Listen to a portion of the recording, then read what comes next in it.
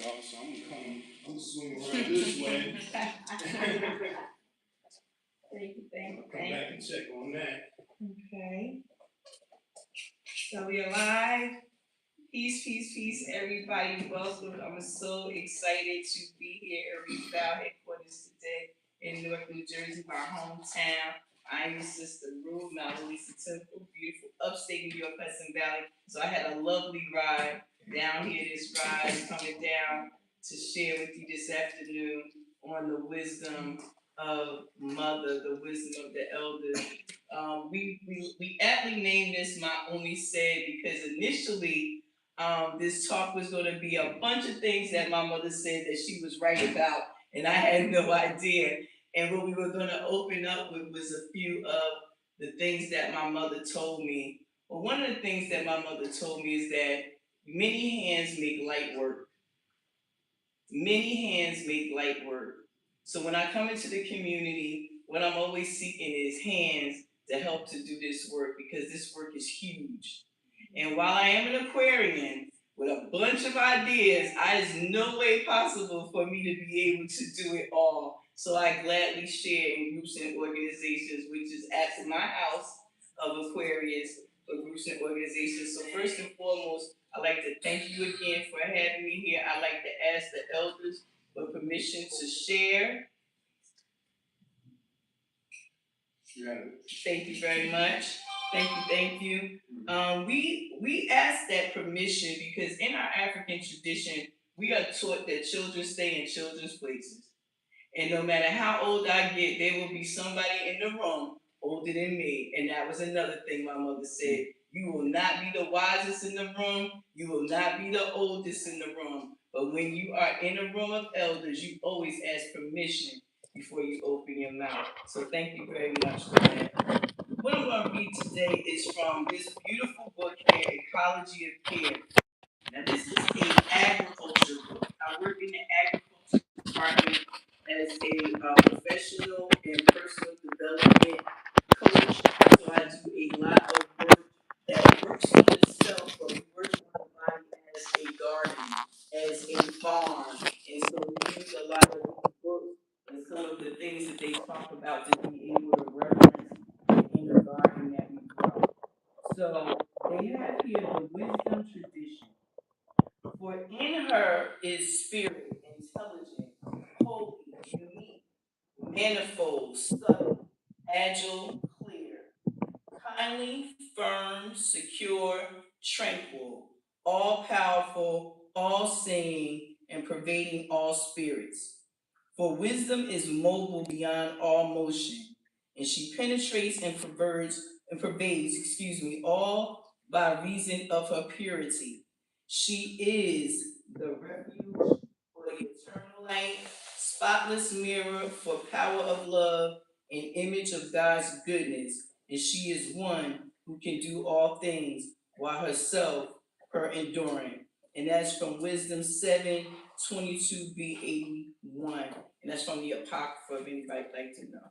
So again, like I said, this book is dealing with ecology, but we'll be talking about the wisdom of such because Mother Earth is also our mother as well. So, like I said, only the wisdom of Mother. Mother Earth has taught us that we have been bad stewards. We have been bad stewards. How do we know? Look at what's going on. Global warming, rising waters, missing animals, dying bees. And we all know if the bees die, we die. Mm-hmm. And more than anything else, we've lost our connection with the land. Now, is all of this intentional? Are we just walking around saying we don't want to be connected to the land? No. This was a devious and long-standing plan that kept us disconnected. However, in this day and time, there's no reason why we cannot reconnect. So if you can go to that next slide, reconnecting and creating community.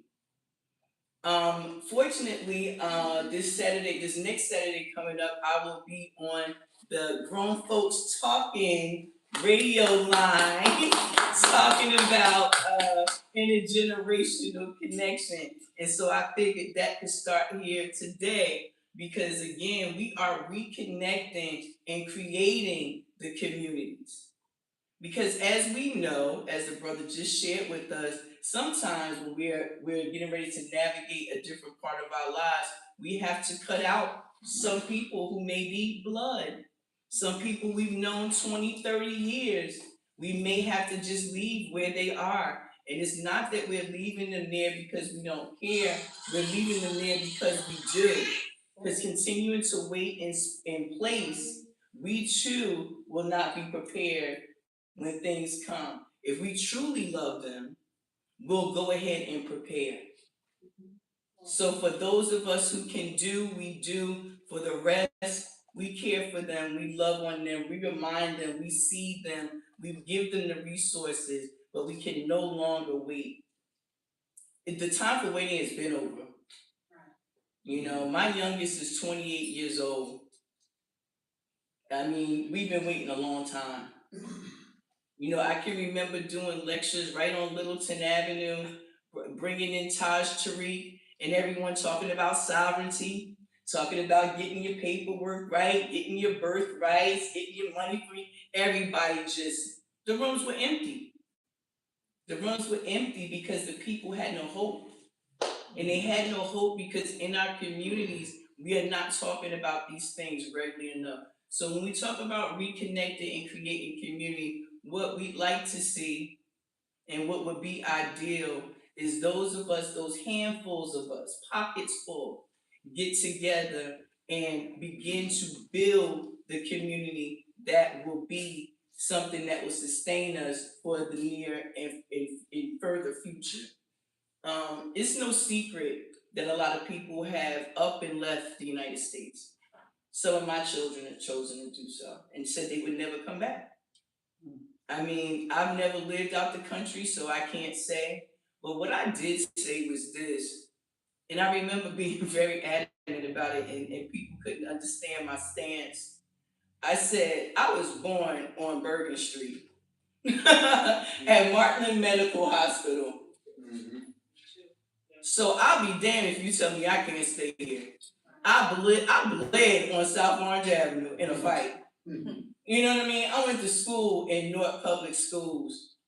I stood in the welfare line downtown Newark on Broad Street at 7 o'clock in the rise with one of my children because we was looking for some place to stay because the building we lived in was mice and roach infested. I will not leave until I want to. And if that's never, I have the right. This land belongs to us. And the further back you go and you look at the history of New Jersey, you'll see just what I say. All of this was Newark, all the way up to Livingston, all of that West Caldwell, that was all Newark. But I'm getting ahead of myself because my grandmother said, you know, when they stopped letting us make our own money was when they made the mistake. Did you know in Newark, New Jersey, the mechanics had their own money? No. So back when the industrial things were going on and they were building up that area down there, you were tradesmen. You had iron workers and woodworkers and all these, and they had their own money. Some of these people.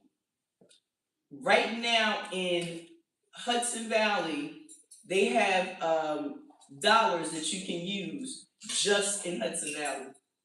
Just certain stores where you can take this money and trade it amongst your own people. Oh, wow. They are building community. You can't go in there with cash or a credit card. You have to come in with their money. And this is what they do. They have healthcare system using that same money. But do we hear about this? Absolutely not. Absolutely not. So, in creating this community, what are we going to do? Next, can I get that next slide, please? Okay, so a little bit about me. Like I said, I was born here in Newark. I've been doing workshops on all kinds of things for about 25 years. And I say that not to say, hey, I've been doing this 25 years, I know everything. I'm telling you, I've been doing this 25 years and I don't know nothing. That's what I'm telling you. I've been doing this 25 years, and the more I see I'm like, I don't really know what's going on. This system is deep. It's deep. It's seated. It's wicked. It's evil. It's more than I could ever imagine. Because just to plan something for us for 5 years take about 20 brains and 99 meetings. These things that have been going on with us economically, health wise, otherwise, the suppression, the oppression has been going on for a long time. Do you know how much planning that takes? Do you know how much cooperation that takes? That takes people saying, I will carry on this madness even when you're gone. But we can't get people to carry on goodness while we right here. Okay? You can switch that. And if anybody wants to know anything about any of the workshops that we offer, you're more than welcome to ask, and I'll tell you a little bit more information about it. It's not that important right now. Is this one mine? Yeah. Thank you. No, sorry. So now Lisa Temple. Mount Lisa is a creative goddess in God. And one day when you guys are in the mood, I'll come back and I'd love to tell you more about the goddess because it's a wonderful story. Mount Lisa, the reason we chose that one is because Mawu is the divine feminine principle, and Lisa is her husband, which is the divine masculine. And a lot of people don't know that. It puts you in a lot of the mindset of some of the Egyptian work that talks about Nut and in that pantheon of mythology. And again, when we chose this, we chose it because we saw the divine balance between masculine and feminine and saw in our communities the imbalance in that. And so we understood to be able to uplift fallen humanity that we couldn't just go out one or the other. We needed to be united in some kind of way to be able to present this to our communities where it would be digestible, acceptable, and something that people would want to carry on. You know, as a mother of 5 sons and 2 daughters, I'll tell people when I was raising my sons, my biggest concern was that I was not going to be able to get them enough positive masculine energy around them. We have a very small family. You know, I mean, in my family, we have a very small family and it's laden with women. So one of the things that I made sure to do was in my circles, when we found strong men in our circles, we asked them, please be involved in the community. Please donate a couple of hours a month to be able to work with some of the youth that don't have fathers or strong male role models in the home. You know, even when you have a male role model in the home, men need men.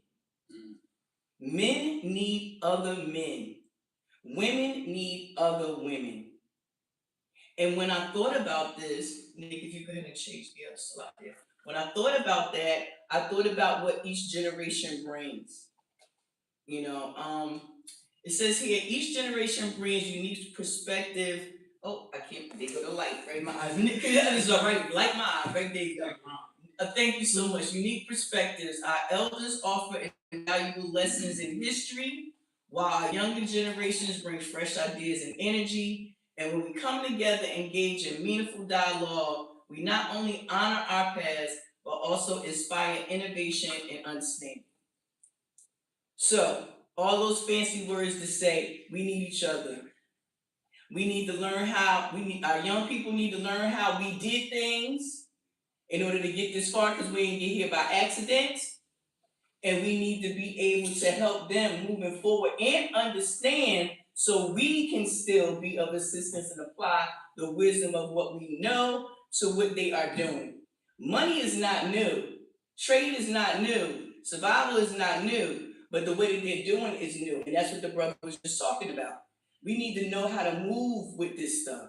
This is why we get left behind.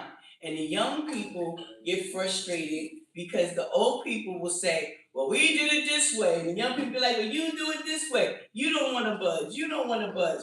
Listen, this is not about doing it one way or the other. This is about seeing how we can merge these things and be able to reap the benefit now. Well, first of all, understand the past. A lot of folks don't understand the past, and that's very important. but being able to do it now and moving towards the future, this intergenerational conversations that need to take place, these are the things that'll save us. Next slide, please. So Sankofa, not a new word to anybody. Am I correct? Right. We all know what Sankofa is, yes? I have the funniest story about this. I just want to take a moment. So you see the bird, right? The looking back bird. This is the one. And on my next slide, I tell you exactly what they say each symbol represents. So one day I get declares in different ways. I tell people I never really knew what declares were until they started really, really making themselves loud to me. So I hear things, I see things, I just know things. Don't know why I know it, just know it. And every once, I feel things like, either sensations, movements, my hair, pulls, it's something, what happened, right? So I'm in one of my like revolutionary, I'm mad, let's all let the house burn kind of moments. I was in one of those. I was fired up. It was a Friday night. See, anybody that know me know my Friday nights is special to me. See, I don't hit the club, I hit the books. You know what I'm saying? I come home, I make myself something fancy, I take a shower, I sit down, I throw some Blue Magic or something on, or some soft jazz. I pull out whatever books I'm gonna work with, and I go in. I have a good old time, And this night, I was on fire because I was like, oh, everybody was losing their jobs. People was worrying about, how they were going to pay their rent. It was cold outside. And I'm sitting there, I said, you know what? We need to do a talk on unity. We need to do a talk on unity. They having all these talks. I said, we need to get together. So I'm sitting there, and the thing about saying Kofa is just ringing in my mind. So I start writing. So something says, where's that basket that your Nana gave you? What? Oh, what do you mean, where's the basket that Nana gave? I don't even know what baskets are. First of all, my Nana ascended in 1986. So if I have this basket, that means my mother had this basket who ascended after that 2007. So this basket could be anywhere. I done moved like 99,000 times. So I don't even know what basket they're talking about. So I'm just like, what basket? I'm ignoring, I'm still writing. Something says, look to your left. And I promise you, I will show you a picture of this basket. It is a hand-woven basket with that bird on it looking back, sitting right there, looking on the floor, looking at me. And I'm like, wow. So I had this basket for all these years and never once realized it was the Sankofa bird. Never one time. Never one time. Never once. And that showed me how we can have things in plain sight, carrying it from place to place, carrying it from place to place and not knowing what we have. And that's what we do when we walk around here and we don't share information with each other. Each one of us is walking around with a basket full of information, taking it from place to place, neighborhood to neighborhood, community to community. Because people don't realize when you go to work, that's a community. When you go to the grocery store, these are people you could be talking to. When you at the gas station, these are people who get to know you. How many times you walk in a place, they be like, hey, everybody know you. But do you ever talk about anything of value with them? Or do you go in, like the brother said, did you see that game last night? That game ain't doing nothing for you. Now, I'm a big sports fan. However, I let people know, I know what it is, though. It's entertainment. Exactly. It's entertainment. I grew up with my mom and them watching the stories. And we knew the stories was the stories. I used to tell people the one places I wanted to go in the world was Buenos Aires.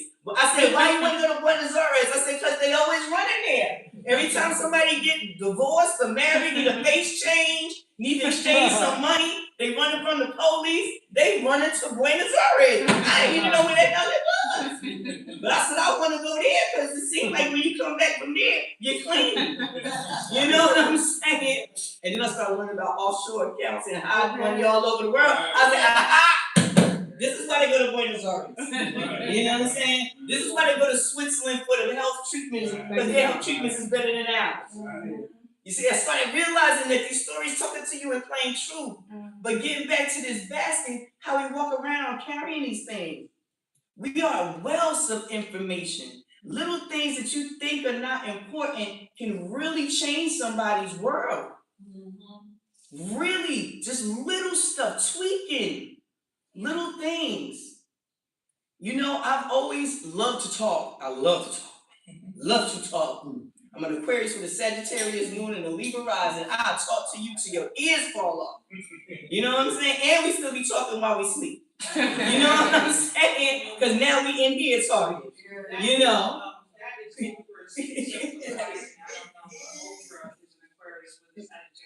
Yes. And you want to know what? Me and Oprah be talking. Yeah. She bad. She a bad girl. Yeah. She a bad girl. She forgot something that my mama said. My mama said, when you get money, you can't act like them. Right. Yeah. Got that right. Makes sense to us. My mama said, when you get money, you can't act like them. Right. Of course, we didn't know what that meant. What did that mean? Now we know. Now we know. When we was kids, we ain't never know nobody with that kind of money. But now they show you everybody's money. Right. So now I'm looking at your money, wondering why you ain't built one building in your neighborhood, but you went here and there. And you know, let me just say for the record, because, you know, I've said this before and gotten some side eyes. But I think that you would understand in the relevance of it. I love to go to Africa and fix everything if I could. But again, I was born right here in Newark, New Jersey, and I still see people sleeping in Penn Station. Why? So why am I going to go build a school? And we need a school. We closing schools here. Right. We closing schools here. Right. We closing grocery stores here. You know what? It says a lot when a young rapper go and open up a health center. Nobody's talking about. They talk about that Lil Wayne boy and all the bad stuff he did. But you know he went and opened a health clinic quietly, without no advertisement, without bragging about it. Nothing. Just did it in his community. Because think about how many people he done probably put in the hospital. Yeah, right. You see, when you start to get mature, you start to grow up, you realize you got to go back and fix some of that stuff you broke in your community. Right. So I broke my community, and I'm going to go fix over here in a nice community they already fixed. Right.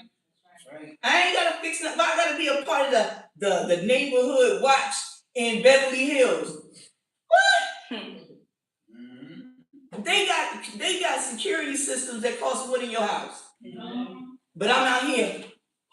Did I see 2 men just pull up instead of 3? You know. But here, little Tyrone could walk past, smack somebody, and we ain't saying nothing. Because everybody know that's just how Tyrone is. No. But let's get to this next slide. Well, let's see what this. Let me just say here. Sankofa is a concept and a symbol from the Akan people of Ghana that means to go back and to fetch it. It translates the proverb, it is not taboo to go back for what you forgot. And it teaches you that we must understand and learn from the past in order to move forward intelligently. You know, Nick and I did a talk on emotional intelligence and growing up and really starting to learn how to think. You know, do you realize that that's one of the things is if you can hold on being able to think for yourself, you might actually make it out of this thing. But if you are a follower, if you're a blind follower, or you a scaredy cat, or you a jump on the boat, or you a fence rider, or you a get low, you're not going to make it. I'm sorry. You're going to be exposed eventually. Because everybody's going to have to show their individual use and strength in this walk. Because we ain't opening the gate for nobody who ain't going to help. That's right. Yes. With the Sankofa, I see a lot of them on gates. Yes. Yes. Like they're everywhere. Yes. These were constant reminders from our ancestors that came from the continent to remind us about these symbols. Let's take a look at this next slide. Because we love symbology. Now, you think numerology is our fun stuff. We love symbology. So, the bird. A mythical bird with its feet planted facing forward, so going into the future. But its head is turned backward to take an egg from its back. The egg symbolizes the valuable knowledge and wisdom of the past and must be gathered to ensure a strong future. Now, I mean, we got a baby over here. You know what that means? Do you know what it means to grab an egg and bring it forward with you? Like, if I sent you to the store right now, right? And I say, go get some eggs, you know what it means to bring the eggs home, right? No? You don't know to bring the eggs home? If I give you $5 and I say, go buy some eggs, if I gave you $5 and say, go buy some eggs, and you go buy the eggs, you're going to bring them back home, right? And then we're going to what? We're going to eat them, right? And we're going to get strong from them, right? And that's going to give us energy for the day to move forward, right? So there's nothing wrong with that. But if we're going to get eggs and we're going to throw them at Miss Davis' house, we're not doing that, right? That's wasting the eggs, right? Okay, so long as we know. So, grabbing this knowledge from behind, this wisdom from behind. You know, I think of the woman, and that is what again inspired this Mother's Day. The woman, the womb, the wisdom, because wisdom is a woman in all of our spiritual spaces, right? You think about this egg, this undeveloped thing that can either be used right then and gathered and used for its substance then, or we can let it grow and use it for something else. Because if we leave an egg, what happens? It turns into a what? What happens if we leave an egg? Turn into a what? What you think might get into the egg if we leave it in there? You know? Do you know? I love the baby. A chicken. There you go. You like chicken? Okay. Chicken comes with egg, right? But we gotta leave it alone and let it grow in order to be that, right? But we gotta put it in a safe space. Can't just leave it exposed. We gotta take it somewhere and we gotta sit it, right? And we gotta cover it and we gotta nourish it, right? Okay. Same thing in our communities. We take these little nuggets of information, we share them with each other, we help them grow, and we use them in our community. Some stuff we use right away. Some stuff we use later. But one of the beautiful things about having chickens when you farm, and see, that's one of the things I love talking to people about farming and why that's so important. When you have a farm, you learn about how to live. Because it shows you what can be used right now, how it produces for itself later. You want some chicken and some rabbits, it'll teach you all about the world. And pigs. Believe it or not, you know, we don't do no swine on the fork, but they are good to see in nature. And man, I can tell you some stories what they're good for in your farm too, but that's another story for another day. Okay? We ain't talking no violence right now. Right now.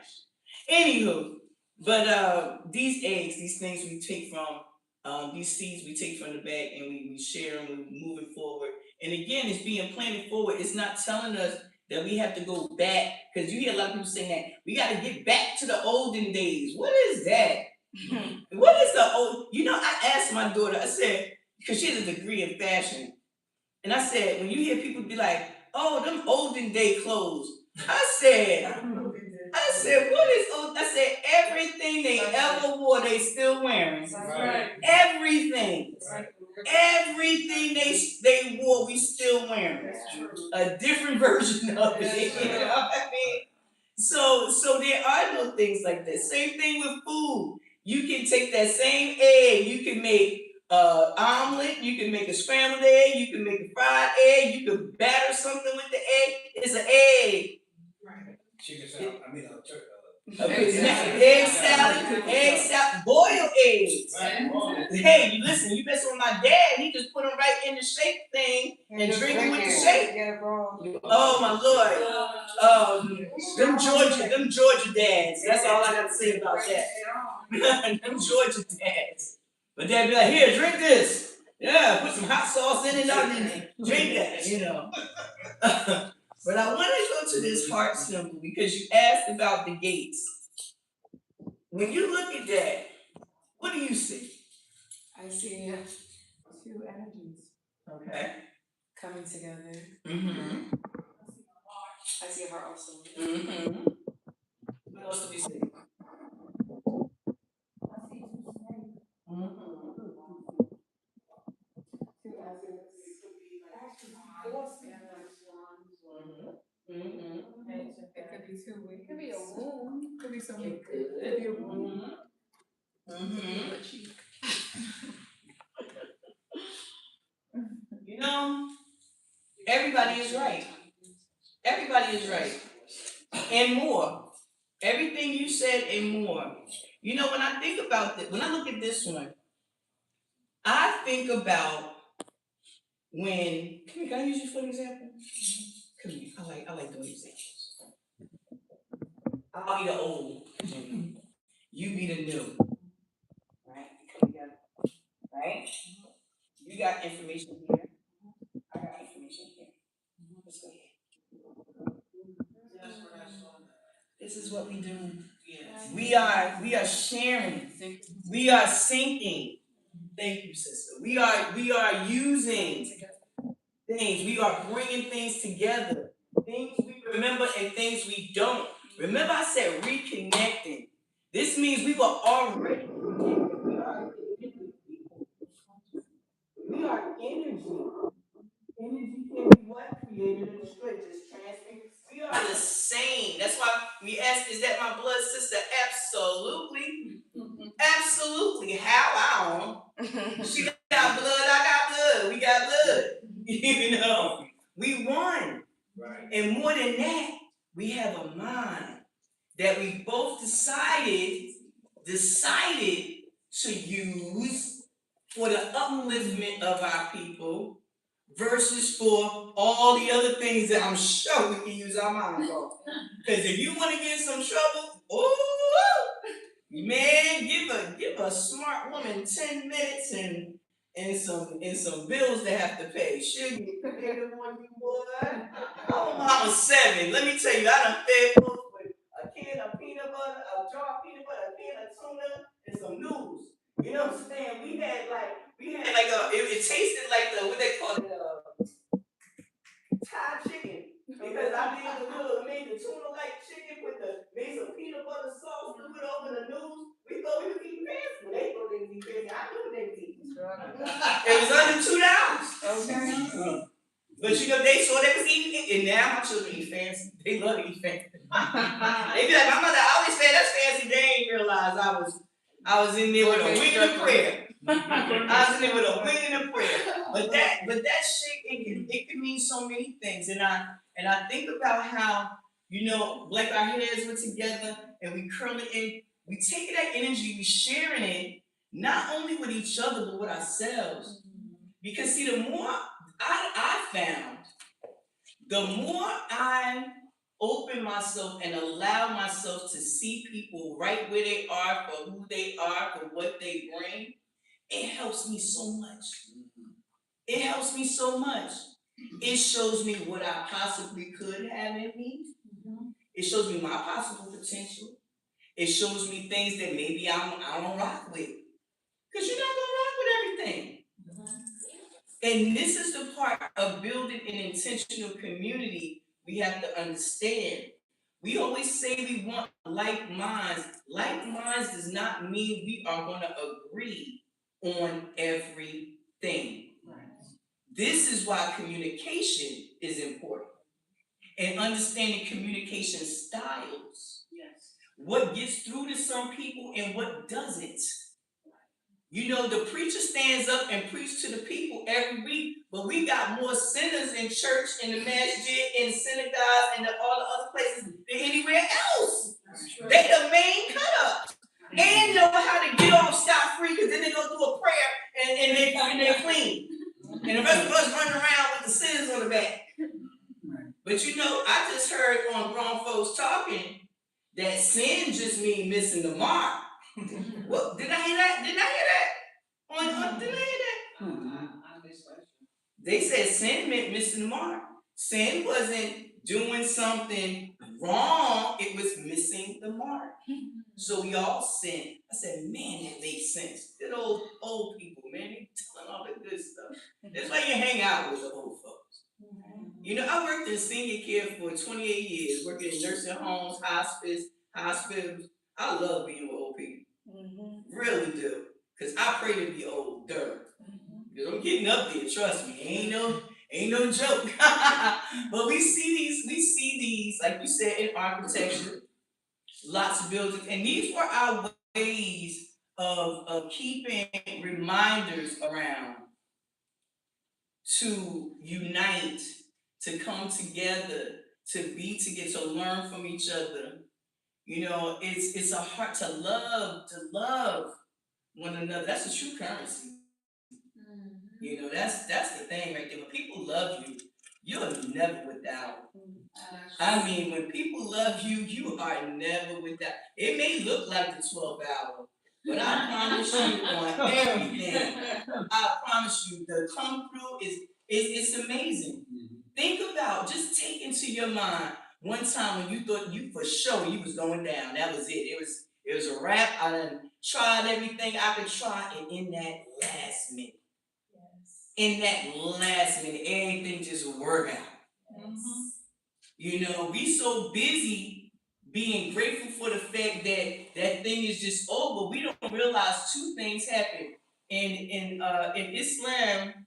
And it says "Fa'inna ma'al usri yusra," and that means with every hardship, there's two reliefs. With every one hardship, there's two reliefs. One that the thing is over, and one that you're now prepared in case it happens again. Hey! So if I was worried about the bills last month, the house on eat last month, and I ate, and the bills paid, what am I worrying myself to death for right now? What am I worrying myself for right now? Now, does that mean that I'm going to sit around and wait until it's time for the rent to be paid and something to eat to get it? No. Right. But I know that if I do my part, right, the rest is going to naturally come. Because this is what I attract to myself. People talk about the power of attraction, magnetism, all these things. These things come from knowing that it's going to be all right. And even when it's not, it still is. You know what helps us remember that community? You know, we can take one of the elders in this room and ask them about the riots in North. And I'm sure somebody be able to tell me a really good story. I know my mama told me the stories about the riots in North. My only said, she said, them riots, she said, imagine walking down Springfield Avenue. She said she was so scared. She said the helicopter man came right over her and her brother and yelled at them, "Give it in the house." Yeah. Horrifying, babies. Fires burning. Philadelphia, where my family is from, North Philadelphia, they blew up the whole damn block. You know what I'm saying? You know what I'm saying? My family's North Philadelphia, so we hear these stories and we know it happens. But you know, one of the things that I will tell anybody all my life since I was a little girl, we would take the train into Philly sometime. When we crossed that line into Philadelphia, my body would go into complete relaxation mode. I was home. And mind you, we only spent summers there once in a while. But it's something about that energy there, the city of brotherly love. It's something about that. It's a reason why they keep it filthy and disgusting and full of violence and full of hate and all that. But they can't do it though because the people there are righteous. Yes, they are. The people there are righteous. You know what I mean? And they ain't scared either. No. They ain't scared of nothing. That's true. Nothing. You run up on one of them Philly boys and girls and you want to. I'll let you know. They'll show you how to make a cheesesteak and a shank, boy. I'm letting you know. You're not getting out of here. You know? But you know, I take you to Philadelphia to say, my grandma, you know, when we talk about things I only say, can I get that next slide? when I think about things I always said, my grandma said, my mama said, we getting into the oral traditions. This is many African societies have a rich oral history. Since wisdom is passed down orally, memory and remembrance are vital to preserving our culture and ensuring our future. These things, books. I am a book lover. I got a library. I've been working on my library. My oldest daughter will be 40 on June 1st. I've been working on my library since before then. So I've lost so many books. I've lost hundreds of books, but baby, I got thousands more. And albums, and cassette tapes, and VHS tapes. Because I tell you like this, they can burn that whole damn internet, and I got something to do. Okay. You know what I'm saying? I keep me a fresh VCR and a DVD player. Stay ready to go. You know what I'm saying? Brand new. Yeah. Just in case, just in case. But these books, think about it. There was a time you couldn't get caught with a book. Yeah. Right. Yeah. You couldn't get caught with a book. When I make those little mini journals for the altars, I think about how my grandmother would tell us they had to hide little books or little pieces of paper rolled up with words on it in different places. Hide it in the oats, hide it in the hay, so at nighttime they could sit down and read, tell each other stories. They tell these stories because these stories were the things that carried us forward because, again, everybody couldn't read, everybody didn't have a book. But if I tell you, and then you go home and you tell your family, and then they tell another family, now we doing something. We saving our culture. Think about how disruptive it is to be snatched away from everything that you know. If somebody came in and told you you can't wear the clothes you used to wear, you can't eat the food you used to eat, you can't talk the language you used to talk, you can't even talk to the people that you came here with. I'm gonna put you with you and you with you, and none of y'all speak the same dialect, but you're experiencing the same thing. Y'all don't even know how to interact with each other. Different cultures. People talking about find your tribe. Just because you find your tribe don't mean that everybody's gonna be doing the same thing. That's true. It sounds easy. But see, this is why talks like this, and when I'm proposing in terms of intergenerational conversations, is the fact that we need to move with what's going on right now in the time. Stories move like fire. You have a story on the internet, it be on the internet today, go viral, and it's gone in 2 weeks, and you don't even know what happened. You don't even know what happened. Something happened, and you don't even know. I saw a video one day, and I was so upset, and I showed it to my daughter. She said, "Mommy, that was 2019." I was like, "What the hell was that?" She said, "You don't watch the news." Because I don't watch the news, I don't read the newspaper, I don't listen to the radio, I don't even know that. That's poison. It's poison. That's that distraction the brother was talking about. Okay? So, let's move on. My homie said, we all we got. We all we got. So, let's talk about how they built community, how they kept community, what we can do now, and what we can do moving forward. So, move on ahead for me. Thank you. Creating connections. How can learning from other generations deepen our understanding of ourselves and our shared history? In what ways do generational differences create opportunities for growth rather than division? And how can we build bridges between age groups to create more inclusive and supportive communities? I want to shout out Refound. Hey! And everything like it. Because, it ain't nothing like Refound. This is Refound. I remember the first time I came into this building. I was teaching yoga for Powerhouse Gym up in Bloomfield. We were doing lectures in different little places like Rutgers and over here on Littleton Avenue at Temple and H1. We was over at Nicholas. We all these different places going down Philly, C. Cream and Ill and them down there, having a good old time. Bobby Emmett, Del Blair. We were on the circuit. We got things going. We had fun. Because this is what we used to do. We were playing. Everybody ready on Saturday Rise. We ain't going to hang. We going out. We going to the lectures. We going to be here all day.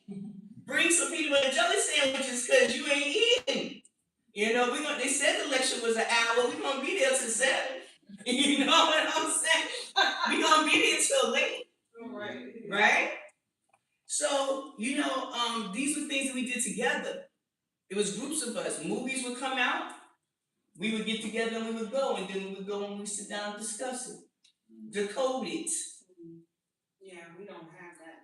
Like, we need more. Ooh, you bet the movie's coming out now. I got one for you if you want one. There's forums of that, like online mostly. You just have to find the pockets. Yeah. But there's a lot of pockets of just online communities that dissect, decode all of these. Absolutely. Movies, Well, you know what? Red pill, blue pill, and we started doing that, and oh my God, I have a old. I think it was 2012. So it was like around 2011, something like that. Or we would be on Blog Talk every night.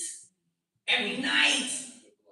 Blog Talk Radio. We'd be on there, boy. Just talking. Yes, they do. I had one of the lectures I did years ago was cartoons. What are your children really watching? Right. And you know what made me do it? Pokemon and Yu-Gi-Oh. When it first came out, I was homeschooling my children, and people asked me why I was using anime as part of their curriculum. Yeah. I said because the Japanese, the Chinese, and all these others will give you information you ain't getting nowhere else. They give it to you uncut. Uncut. But you know who else used to do that? The psalmist. Now, don't y'all laugh at my book. Book is a little loved. This is like my 3rd verse. And as you see, it's notes everywhere. I brought it just like this because this is how it sits by my bed. Yes, this is called Power of the Psalms. Power of the Psalms. Hey, wait a minute. I got the cover in here somewhere. That's powerful. Yes, me too. That cover. I was like, wait a minute, where's the cover at? The cover's in here somewhere. But wait, here it is. Here it is. Here, we'll pass this around. Everybody can see the cover. Put some good love on it now. I can touch it. Okay. Don't worry, I'll clean it anyway. I love that book of contents. Like when I'm like going through something, you could look specifically like what songs go. So my nana was the nana that had church in the house. You know, I don't know how many of y'all folks that had church in the house, but church in the house is a real thing. And she didn't have holy rolling like we talking white Jesus. My nana was about let's get the business done. You know, so we need Sister Sarah need a new whatever we praying for that, and we lifting it up in the name, and then covering it with the blood, and then doing other things. But see, what they knew is something we didn't. The code to go with these things. See, we look at this and we just see as with I hear a lot of people say, "Oh, you using the slave master book." Let me tell you something. If you know how to read between the lines and behind the words, decode the numbers, decode the letters, turn them into numbers. See, what we need to learn is language. We forget we speak in a bastardized language. Right. So if you speak a pure language, you can do some pure magic. Amen. And that is what the Psalms is about. You know, I remember one of the favorite things that I tell people when they talk about the Muslims, they be like, "Oh, the Muslims reject everything." I said, "Did you know? In order to be a Muslim, you have to accept all the books. That's the Bible, the Quran, the Psalms, the Zabur. Most people don't even know what the Zabur is. Hey, come hang out with us sometime. But these Psalms, this is what our grandmothers and grandfathers used to do. And I say, and you know, one of the reasons why I think people don't really understand the power is because the women, when they would get the women together and pray, let me ask you, what do you think the benefit is of having the women get together and pray? That divine feminine energy. Yeah. What about it? We manifest from our womb. It's intrinsical. We are one with nature. We are nature. So we're natural. If your body is a temple and you got a womb and your mind is a womb and the mind is the builder, and you got one or two coming together to touch and agree. Amen. Now, is anybody paying attention? So this is not religion. This is the science of religion. Amen. This is the application. Yes. This is not the woo-woo, let's sit around and wait for Jesus to return. No, this is speaking. This is speaking things into existence because they're already here. Amen. Yes. This what we are experiencing right now. We can step right over and be somewhere else. Yeah. I could be in Paris right now. You are. I am. Yeah. Yeah, no. But different timelines. You know, one day you gotta talk to me about that dreaming, boy. We been dreaming. Wake up where you wanna be. You know? But these power, these psalms. So teaching our young people to get together and use their power. The divine masculine. There is nothing like the power of our men. So now I asked, what was the benefit of getting the women together to pray, right? So what do you think getting the men together to pray could do for us? Oh, somebody knows something. Grounded, protected, warrior, provider, maintainer, all seeing, all hearing. Black man is God. Omnipresent, everywhere, all at once. Our men are divinely connected. But because they've been taught to use their masculinity to bump up against each other versus coming together with each other, we get what we get. They're like the inverted ankh.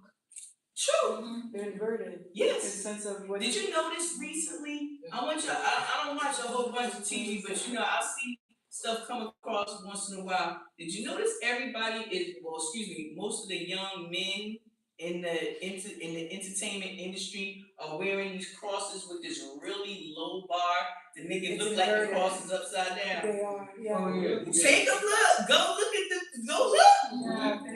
Yeah. See, that's the darker arts. That's not that. You see, the thing is, it's a crossroads, right? It's our magic that is transcribed through them, but they use it for more nefarious. I've learned that the energy, anything we give energy to, becomes a god, right? Mm-hmm. So whatever we give that to them, they're giving their energy to a darker arts god that has nothing to do with ours. They literally stole all our magic. They create these all things. of it, and they make it. They create these things. Yeah. They create. I think one of the coolest and scariest things I ever was told, it was that you never in the room by yourself. Right. Yeah. It's angels in here. It's demons in here. It's jinns in here. It's all kinds of stuff to see here. Pay attention and witnessing. It's watchers in here. It's remote viewers in here. Yeah. Right now, the brother talked about our systems being infiltrated. Our things being infiltrated. Do you think they always just send somebody in the room? No. Right. But see, they send eyes into the room. Right. Remember the movie Men Who Stare at Goats? Somebody please go back and watch that movie and call me. What's it called? Men Who Stare at Goats, George Clooney. Goofiest man they could have got in the world to play. But that was on purpose. Right. Most people don't like that goofy stuff. I know I didn't. And my brother said, hey, watch that. They talking about Fort Bragg. I said, they talking about who? I was like, Hey, pay attention. I watched that movie and I said, damn. Because you know what else he said? Wag the dog. Have you ever been to the moon? No, we haven't. That was one big production. Yeah, Buzz even said before he died. And it's little things like that. I bring that up, not because, it's so much relevant to us coming together, but we have to be able to talk about these things and show them that it used to be Roswell was the thing that they used as the big distraction. You just talked about how they got all these AI so-called appearances and everything. The young people need to talk about what they seeing, and we need to tell them what we know. Right. We need to tell them we know. Because you know what I asked somebody one day? I remember when they started talking about releasing all these documents and all this stuff about UFOs. I said, so they're going to go back and compensate all the people they told was crazy? Are they gonna go back and get all the people they put in crazy house? Yeah. Are they gonna go back and help all the people that killed themselves because they thought they was hearing things, seeing things? They thought they was abducted, they didn't know what was going on. So how you gonna fix that? And so then you're gonna say, oh yeah, by the way, that was true. Yeah. Wait, what?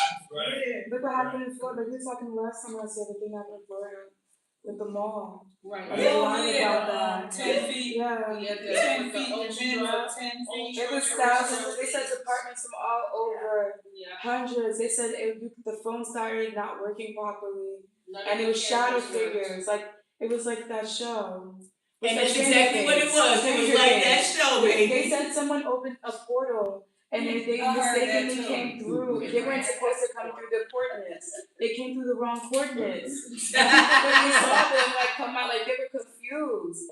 And they were shadow being just moving over people. Now you wanna know what I love about that?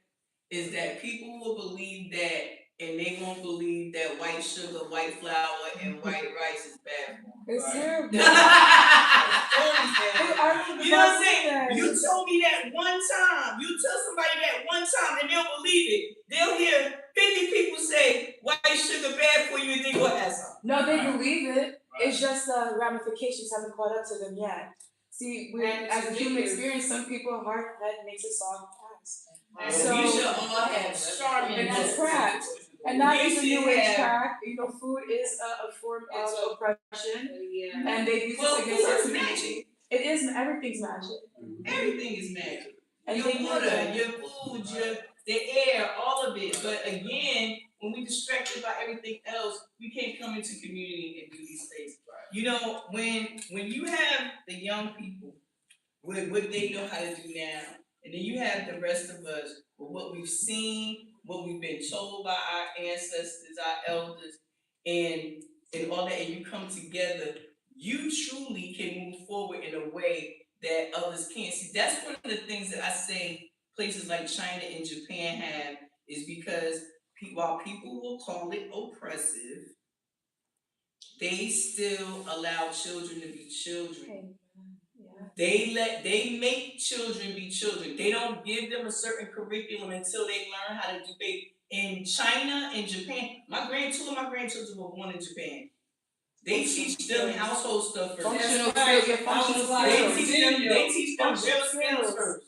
They teach them how to cook, how to clean, all of that stuff. They teach them how to sew, and that's what I did with my children when I was homeschooling. And everybody looked at me like I was crazy. They have the children doing everything. Everything, exactly. Ironing, washing clothes. That's how I used to be in the Caribbean. I was so born here, but my parents are Caribbean. So for me, it was a culture shock when I go to school. Yeah, and kids don't know how to do nothing. Yeah, at home it's we're underwear, you wash it in the sink. Had a scrub board, you have to scrub it in the tub, right? People looking at me like, girl, you know what they're wet. Things like that. But it's a Saturday, right? You know what? On a Saturday, I could promise you, we was either fixing the car with my dad or fishing with my dad. One or the other. Yeah, I went fishing with my dad too. We was either going fishing, we was out there in that yard learning about that car, how to change a fan belt, how to fix the timing, how to use a screwdriver to fix the timing on it, timing belt. Yeah. Let me tell you something. Grown men don't know how to change a tire. My day too. Grown men don't even know how to check the oil. So we couldn't fix it, we knew something was wrong with it. Still to this day, and I'll be 50 in December. Wow. That information hasn't left me. Right. And then there's younger people to be, whether it's men or women, who don't know that.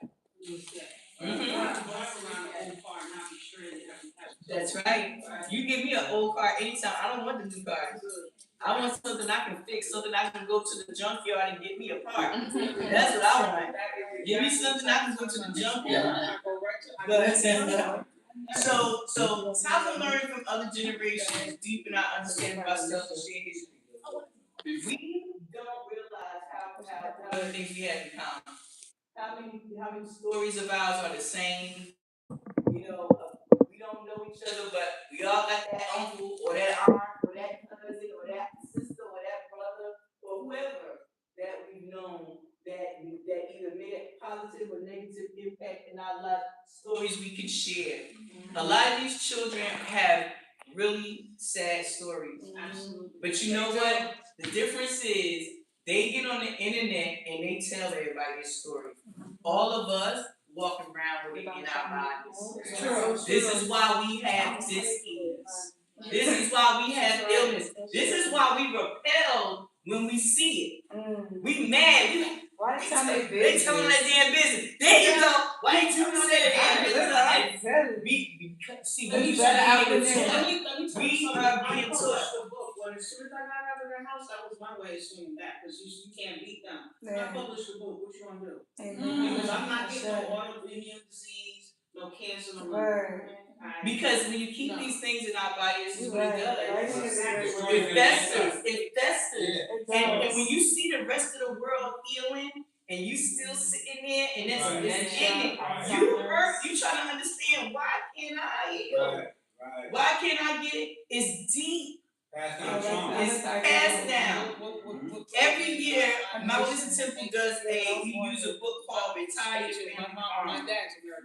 And this book takes you through understanding that some of the things that we are dealing with right now, even illnesses, have nothing to do with us. They are generational. There's a story that they use in the very beginning of the book about a man who obsessively washed his hands. He just obsessively washed his hands. And of course, you know, what do they do? OCD, give him some medicine, all this different stuff, right? He went to a psychotherapist and was brave enough to undergo hypnosis. Come to find out, he had a grandfather who was a poker man. He was a poker man. And he was no, pokey, like sticking, stabbing people, robbing people. And he kept blood on his head. They said you always seen him cleaning his knife off. Wow. And cleaning his hands off. And putting his hands in his pockets. And they say he used to do that, just put his hands in his pockets. And always just cleaning his hands off with a handkerchief. Didn't know why. Had nothing to do with him. This is something that was passed down through. Now listen, I can't sit here and tell you all that science.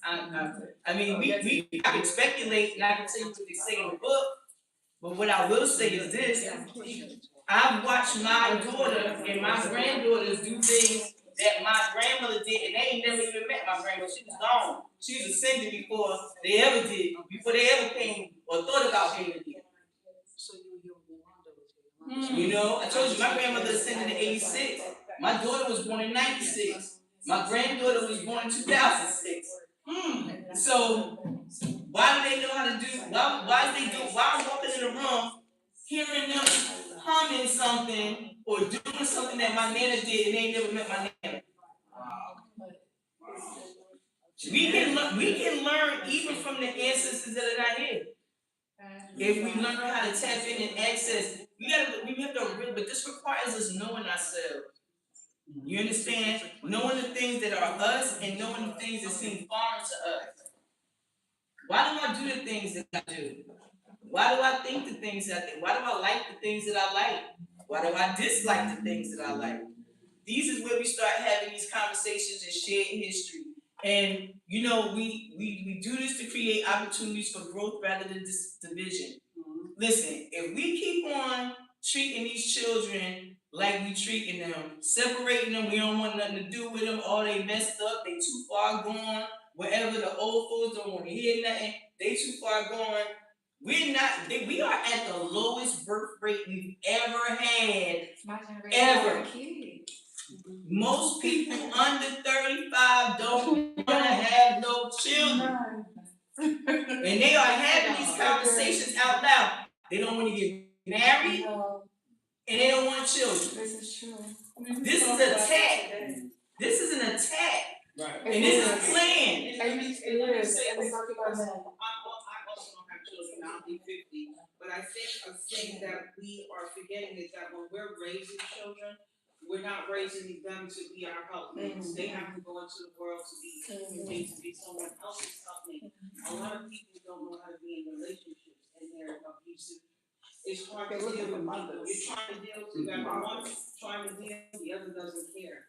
And one's spiritually dying while the other one is just doing nothing. So people are looking like, listen, I don't want to spiritually die in a relationship. I don't think that that's what a relationship is about. So it's about how do we get people to understand that as you're growing, you understand that you're eventually going to be someone's partner.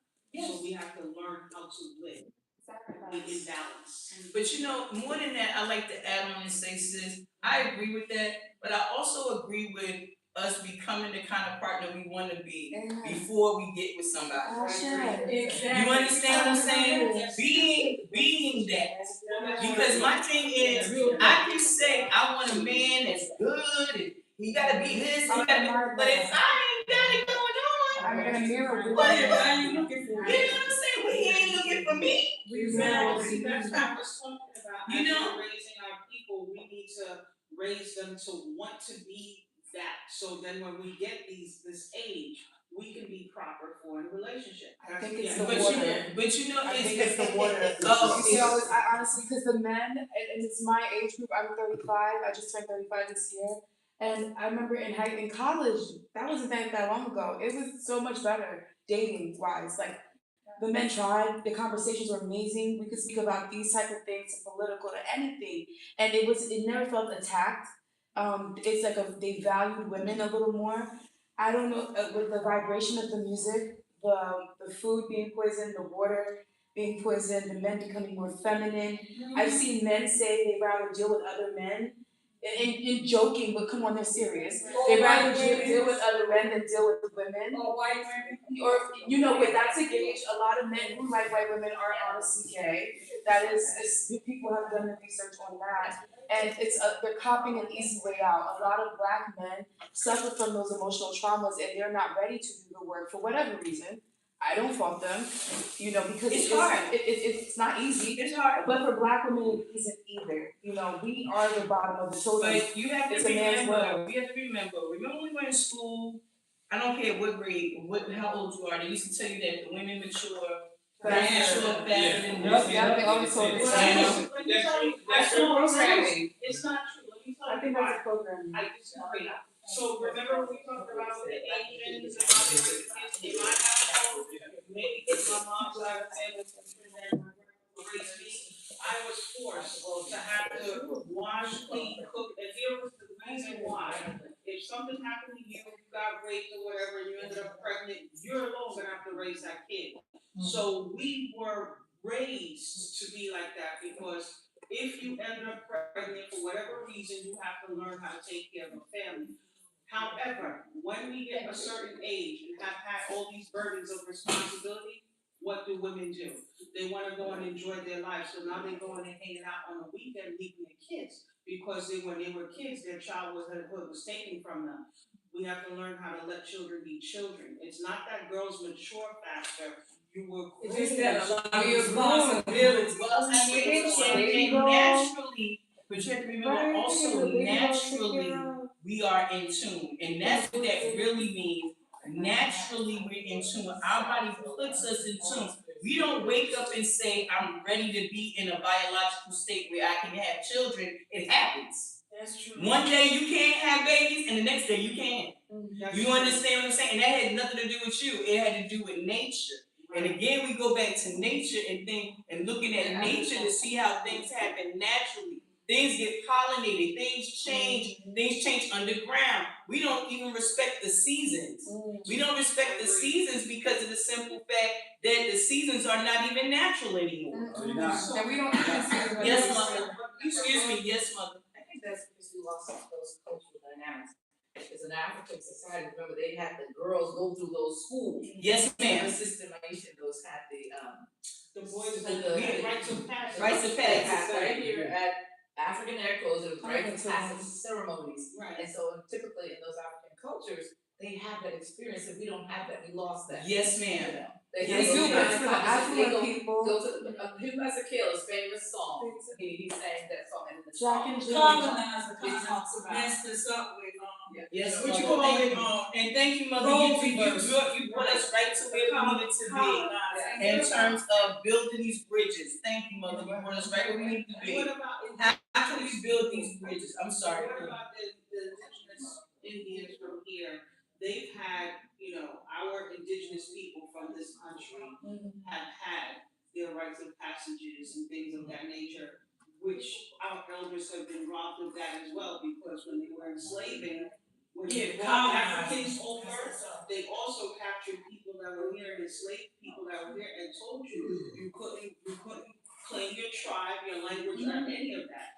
But we did have that, whether in Africa or in this Do country. you know it's over 3,000 powwows every year? No. Up by me, we have powwows every 3 or 4 of them a year. Where's that, Jersey? No, upstate New York. No, right by Woodbury Commons. You know where that is? Yeah. But you're not far from the reservation either. No. But see, that's the thing. That's the thing. You don't even understand how. You don't even understand how all of the things we need to bridge these gaps that we have going on are there, but we have to be willing and committed to put away the distractions. Do you know? One of the things my Ummi said was, you have to get good with being by yourself. Because see, it's once you by yourself, the pressures of what everybody else think, what everybody else want, what everybody else say you're supposed to be doing, all of that is put aside, and you get to sit and look at yourself and say, what I need. What do I need to be the better me? Exactly. Do I need to fix my attitude? Do I need to fix my diet? Do I need to fix my circle of friends? Do I need to change my job? Exactly. Because sometimes your job will make you immoral. True. You understand what I'm saying? Your job will have you going against every moral that you got. Right. It's true. And this is why we have unmasking morality, these talks about recentering our moral compass. This world has taken us and put us in a place where we can't even do what we know is right. It's true. Because if you do what you know is right, you minding somebody else's business. True. Why don't you just mind your own business and hydrate? What the hell? What did you say? What did you say? Okay, I'll mind my business. No, look, I'll give it to you. I'll mind my business. But now, if your business is affecting my business, it is my business. Right. If I can't walk down my street, that's my business. And what am I saying? And what am I saying we need to do? We are not going to have these communities until the few of us who recognize what works and put it into work. What and we get caught up in, well, we need this many people to make it happen. No, don't. See, they told us that one person can't change the world. Yes, you can, because it depends on what you say the world is. You can't save the world. Why can't I? My world includes me, my people, my children, my grandchildren, the people I love, a few people that I like once in a while. I can change that. I can change that. And you know how? By being better every time they see me. By doing better every time they see they did it. Man, never said the same. That girl never said the same. She always wants something to do. Y'all better give it the program. Y'all better keep up, because I'm laughing y'all young folks. I'm laughing you. I'm learning your stuff, my stuff, applying stuff. We doing all the things. Ain't gonna be a minute before the nigga show me how to hit this lottery. You know what I'm saying? Because you know who taught me first? C. Freeman Hill. C. Freeman Hill broke down how they used to use the number system back in the day when they ran numbers. Yeah, we talked about that. When they ran numbers down at grandma's house. King of Harvard. You know what I'm saying? King of Harlem, we talked about that in the show. Yes. In the beginning, the premise, they talked about the numbers and how they came up with the numbers and the numbers, And the science behind it. dreams, dollars, and destiny. Black folks Talk about them dreams. What did you see in the dream? Was it a red car or blue car? Yeah. Yes, was it a red car or blue car? Was you standing or was you sitting? Yeah. You know what I'm saying? Was you going left or was you going right? What color did the lady have on? My daddy would drill us like we was someplace. He'd be like, what you did? What did it have? If a dog was barking, and I was but you wanna know what? Ain't nobody hit that picture more than my dad. I promise you that. I promise you that. My dad went to Atlantic City in a 5-bird, came back in a limo, went back to Atlantic City, came home in a cab. You know what I'm saying? He lost his dad on mine. You know, we talked about that on that financial podcast we did. My daddy was a good gambler until he wasn't. You know what I'm saying? But them dreams, he would wake us up on Sunday, he'd be like, I'm gonna need my numbers for my day. What y'all dream about? You know, and he'd sit down, and if we told him something, and them numbers came, he gave us money. Oh, did he? He gave us $2. They used to have dream We books. got $2. Yeah. They used to have dream books back in the day. Yeah, I still got one. I still got one, but again, building these bridges, you know, even with the powwows and things that I tell you about, one of the reasons we are not taken serious as a people is because we won't form these communications with others. Right. We act like we're separate. We have to stop thinking that we are separate. What happened to one of us happened to all of us. Right. If you are not a colonizer, you are the colonized. Right. You see what I'm saying? If you are not a colonizer, you are the colonized. And if you rocking with the colonizers, well, you a colonizer by association. Right. And you ain't no good for our community, and we need to know that. Right. And we need to let people be that too. That's who you want. We need to let people be that. We ain't got time to stand here and argue with them about who they voted for. I don't care. Because you gonna see who you voted for don't matter. Right. They about to show you your vote don't matter. So while we arguing with them, you better not vote for so-and-so. Vote. Better vote 2 times. Because I ain't going. You know what I'm saying? I'm not going. Vote for me too. Because I ain't going. You know what I mean? Let's get back to it. Come on, let's get this next slide. So calls to action, everybody. Calls to action. Calls to action. Calls to action. This is what we can do now. A personal story, a lesson learned from someone in a different generation during this gathering. So when y'all break after Nick get finished talking, tell somebody a story about somebody from another generation told you. Something your grandmama told you. Or something your great aunt, something your grandchildren told you. Different generation is any different generation. I think about some of the stories my grandchildren tell me about what the things they see and go through, and I'm like, wow, I wouldn't know what to do with that. I tell anybody, you couldn't pay me to be a parent today. Right. What? Deal with this internet and all the world? I couldn't do it. I couldn't do it. I couldn't do it. My mind, oh Lord.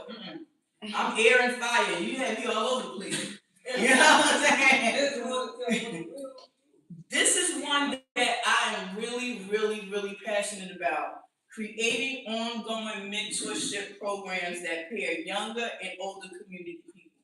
Let me tell you, working in nursing homes, working in hospitals, but even if you're just a volunteer, being in these places, these spaces, having someone of a different generation talk to you and tell you what's going on, tell you what was, tell you what is, tell you the things they're feeling, that stuff matters. Mm-hmm.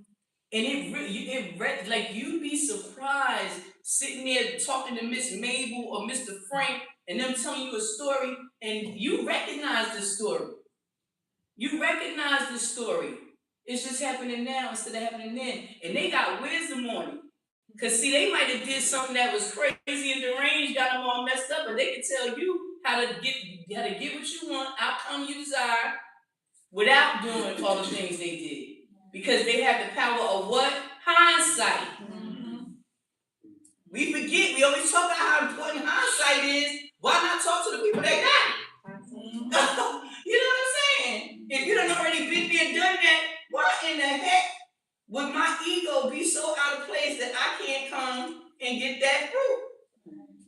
You know what I mean? I need something to keep me going. Right? So, organizing regular intergenerational activities focused on collaboration storytelling. Refal does that. I mean, like I said, shout out to Refal. They've always done this work right here. This has always been a building I've known where you can come in and find any age folks in it. I mean, I remember coming in here when Shakara and Sahari and them had the martial arts and the Swahili martial arts classes back in the late 99, 2000s. When they was doing the, what was it, Kono, I think it was called, something like that, some form of martial arts that they were doing in here. You know what I mean? Yoga, they did the Kemetic yoga. Come down and talk about herbs and tinctures and all these things. This has always been a building for that kind of space, and so we have to support spaces like this. This room should be packed. It should be packed. It's free. It's beautiful. It's your people. It's you getting right exact information. You're getting things that are applicable to right now. You're learning about your past. You're connecting with your community. We used to be able to go down the street and know every person's house we passed. And they knew us too. I'm telling you now, let me be going the wrong way when I get out of school. My mama knew. She was like, why you went around that way and not the other way? Wait, what? No, I went straight home. She said, well, you walked past the street house. Right. What was you doing on that block? That's 2 blocks over. Yep. How do you know, woman? Cause Miss Freedom and called and says, I see you know walking past and them grown ass girls. Yeah, she running with them fast girls, she don't get in trouble. You know. And no, look, then she make it worse. Dragging her brother on along with her, because I was responsible for my brothers. So I'm dragging them along the trouble. You know, I'm teaching them trouble firsthand. You know. Not only am I getting in trouble, I'm getting in trouble too. You know what I'm saying? So my mama said, carry your ass straight home. That was something my mama said. She said, when I say get home, be home. So we don't do that. But get together in these places and organizing activities. I would love to see a day when we all come together. The young people bring a project. The elders bring a project, they sit down, they do it together, they talk about it, they share, have a meal together, make a meal together, a simple meal, a raw meal. Sit there, cut up snap some green beans. We used to do that on Sunday rise. We get up, we snap peas, clean the collard greens or something. Get the black eyed peas, pick the little stones out the black eyed peas. Right. Wash them out. That's fun. That's the snap peas with my mom. Yeah. You know, my youngest son, like I said, is 28. And I got the cutest pictures of him in his little dashiki when I was teaching him how to make fufu bread in the kitchen.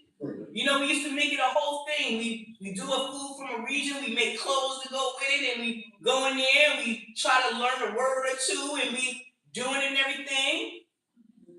And we sit down, whether it was nasty or whether it was good, we ate it anyway. You know what I mean? And in that lesson, we learned measurement, math. We learned science, chemistry, mixing things together. And you can put so many lessons in the smallest things that you just do every day. And this is what we have to learn how to do. Storytelling.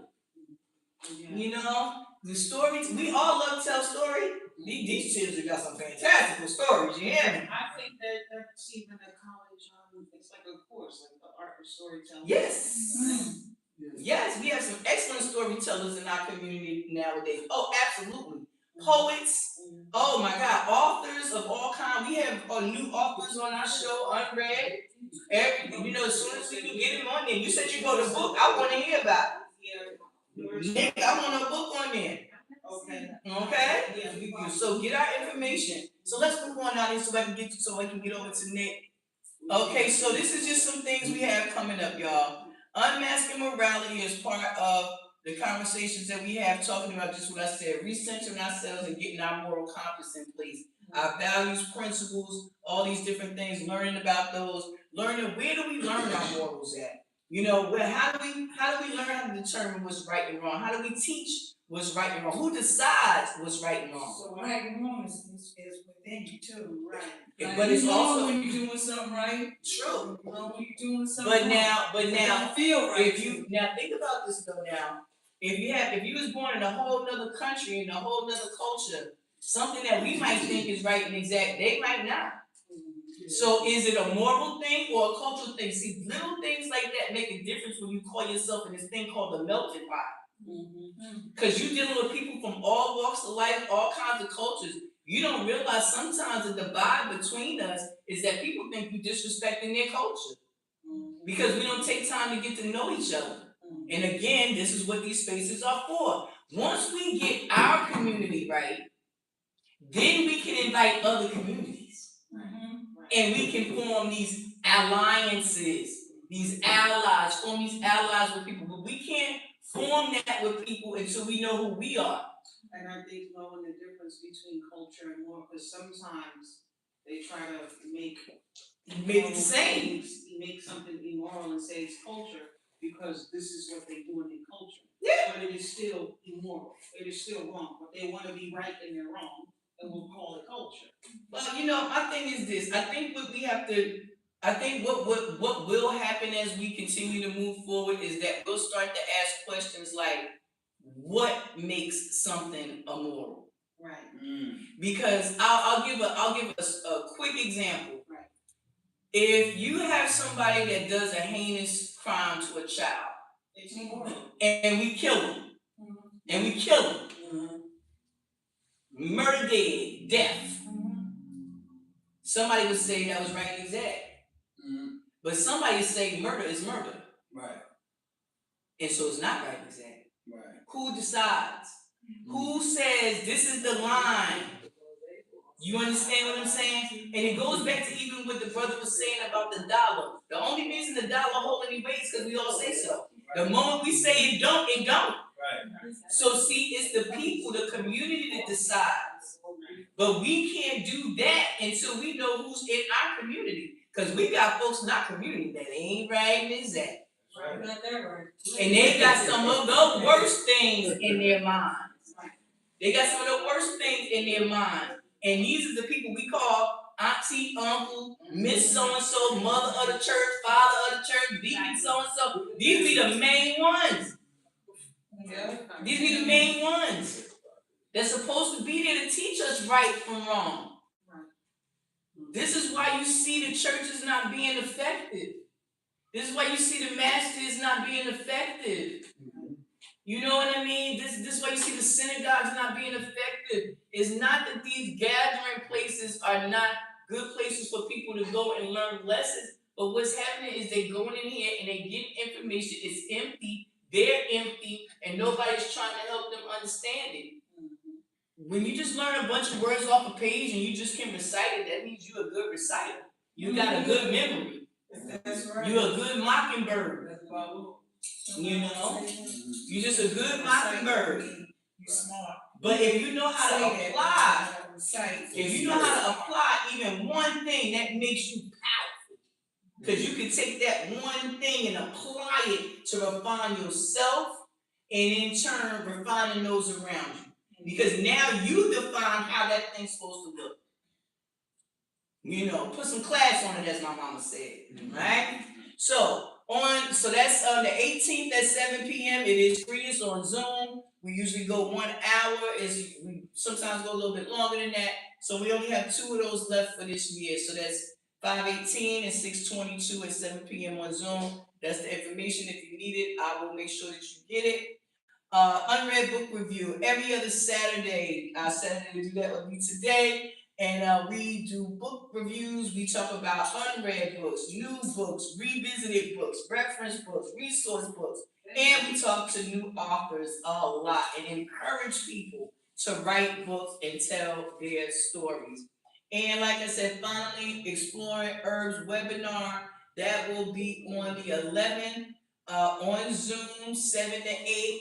First 25 folks get a free gift. I can't tell you what it is because if I tell you, then it ain't no fun. You gotta show up. Yeah. But 25 people in the Zoom room. And again, it is a Zoom thing. You ain't even gotta leave. You can sit in your car And do you sit in your bathtub and have a glass of wine and listen to this, okay? Because that wine got some of them herbs in it that I'm gonna be talking about.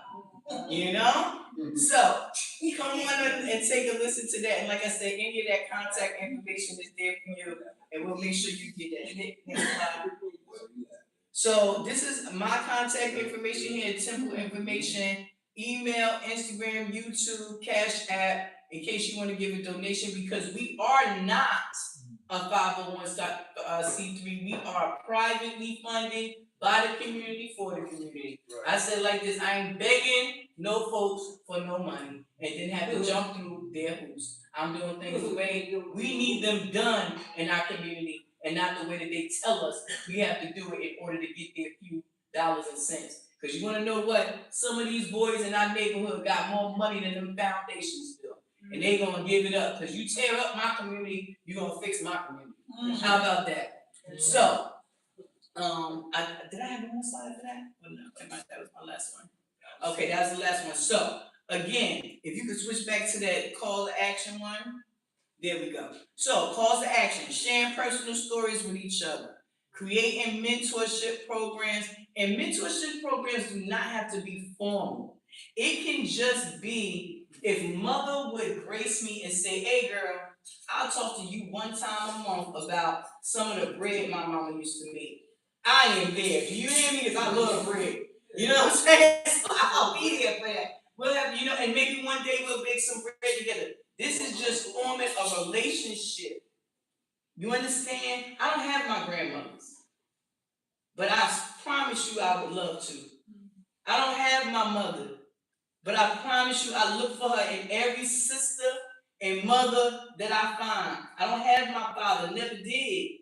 But when I meet these beautiful men with all this beautiful, loving, natural, nurturing energy, I take from that and I use that to remind me that just because I didn't have don't mean I don't got. And in our communities, like I said, in that basket, we have everything. Every egg we need is in that basket. And we just have to be willing to reach back and get it and share it. Plant seeds in our community, in each other. Remind ourselves, we are doing this for us. I don't know about y'all, but I love living good. And what do living good mean? Minding my business, be peaceful. I like sitting in my room, being quiet, doing my quilting and working with my little woodwork and whittling and all. I like that. When stuff is going on in the world and disrupt that, y'all mess with my peace. Now I got to worry about what y'all doing out here. I got to worry about if I'm going to be able to get some eggs because they $14. You know what I mean? But if Miss So-and-so or Mr. So-and-so got some support, they can have 5 chickens up the street and we wouldn't be worried about this. True. People need help. You cannot do this stuff by yourself. Community gardens don't get done by one person. Yeah. That's a lot of work. A community garden is hard. I don't care if it's a quarter of an acre of land. It is a lot of work to do. Community gardens are hard, especially if the soil is not ideal. You know what I mean? You have to work with fixing the soil for soil remediation. Most people don't even know what that is, and then it can be done. You can take some of the quote-unquote dead soil and give it life again. Because it's Mother Earth. And when she's tired of us, she's tired of us. But right now, she's giving us a chance to redeem ourselves just a little bit. And that begins with strengthening our communities, coming together and working together, doing mentor programs and intergenerational activities. So my presentation today, like I said, I really could have just kept on going and going because I had so many examples. But what I would just say to you, the gist of what I'd like to say is that we need each other.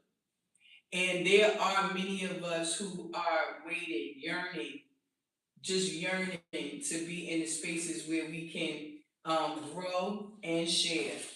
So if you are of that same mindset and you want to see people grow, you want to continue to work on yourself no matter how old we are, we always got work to do. If you are these people, I encourage you, come together, form these intergenerational relationships. We should all be able to go to someone. I remember when I first started going through menopause, I cried because I didn't have anybody to call. I had no aunts to call. My mom I couldn't call. My grandma couldn't call. And I felt like I was going crazy. All I needed was a woman to talk to who understood. I just needed somebody to tell me what was happening to me because I didn't know. Yeah. And we're supposed to have women's circles that we can go to and be in and talk about things like this. Men go through all this silent anger. Do you know how many of our men are so sad, so angry, sad with themselves, angry with themselves? How do you think that's going to reflect in our communities, in our children? When our men are frustrated, they don't know how to talk to our children, they don't know how to talk to us. They go to the boss and they got to talk down because they can't really even express themselves. So when they come out of there, they're like a wound up piece of rubber band just ready to pop all over the place. We don't have these spaces, these safe spaces for us to go and just be ourselves and heal together. So I encourage people, use places like we found, use church in the house. That's what I call it, church in the house, which is just coming together and having a barbecue. Let's call it having a barbecue. Let's have a barbecue. You know, have a couple more of those, have some great conversations. You know, while we playing spades, let's talk about how the numbers can be helping us hit the lottery. Yeah, right, Nick, we gotta have niggas at the table, but like, we can do that instead of the spades. What it actually means is this. So, but with that being said, y'all, thank you for allowing me to present to you the interview. If there's any questions, I'll be glad to. Thank you. Thank you, Sister Jamil. Thank It was you. beautiful conversation. Thank you. Round, rock and roll, go.